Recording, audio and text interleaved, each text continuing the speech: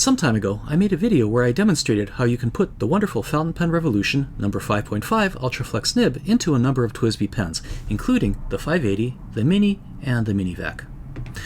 The response to that video has been great, but a number of viewers have asked if you can fit the 5.5 into a TWSBI ECO, and my answer until now has been sorry but no. The nib is too loose and has a tendency to fall out.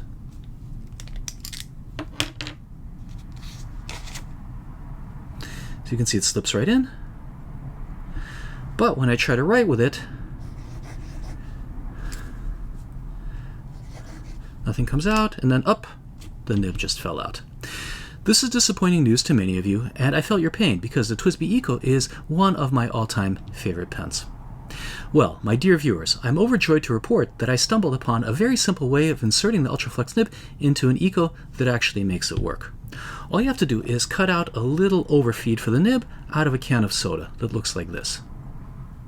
Not only does it ensure that the nib sits tightly in the section and is pressed firmly against a feed, it also provides additional ink flow, making the pen less likely to railroad.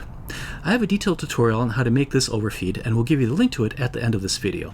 The only difference is that the overfeed in that video was for the number 6 ultraflex, so the size here has to be a little smaller, 2 centimeters long and about 4 millimeters across. Once you make it, the best way to insert it is to do this. Put the nib into the feed, like this, but not all the way, and then align the overfeed on top so that the tip of the overfeed sits about 2 millimeters below the tip of the nib. Let me pull it out again. Make sure that everything's aligned. And put everything back in. Okay, so that's what it needs to look like. Let me show you how it works. The performance is about as good as the other TWSBIs, which is to say quite good. It only starts railroading under considerable pressure and speed. Probably much faster and with much more flex than one would normally use under regular conditions.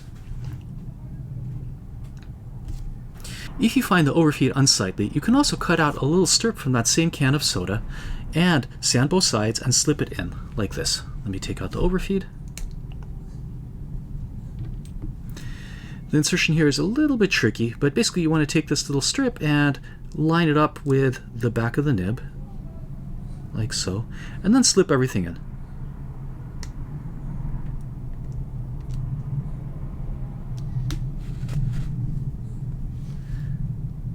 The performance here is slightly worse, but the appearance of the pen will remain unblemished. So, there you have it, folks. I believe this discovery qualifies me for the Nobel Prize. Please send your nominations post-haste. Thanks for watching, and of course, if you have comments or questions, leave them below, and I'll be happy to respond.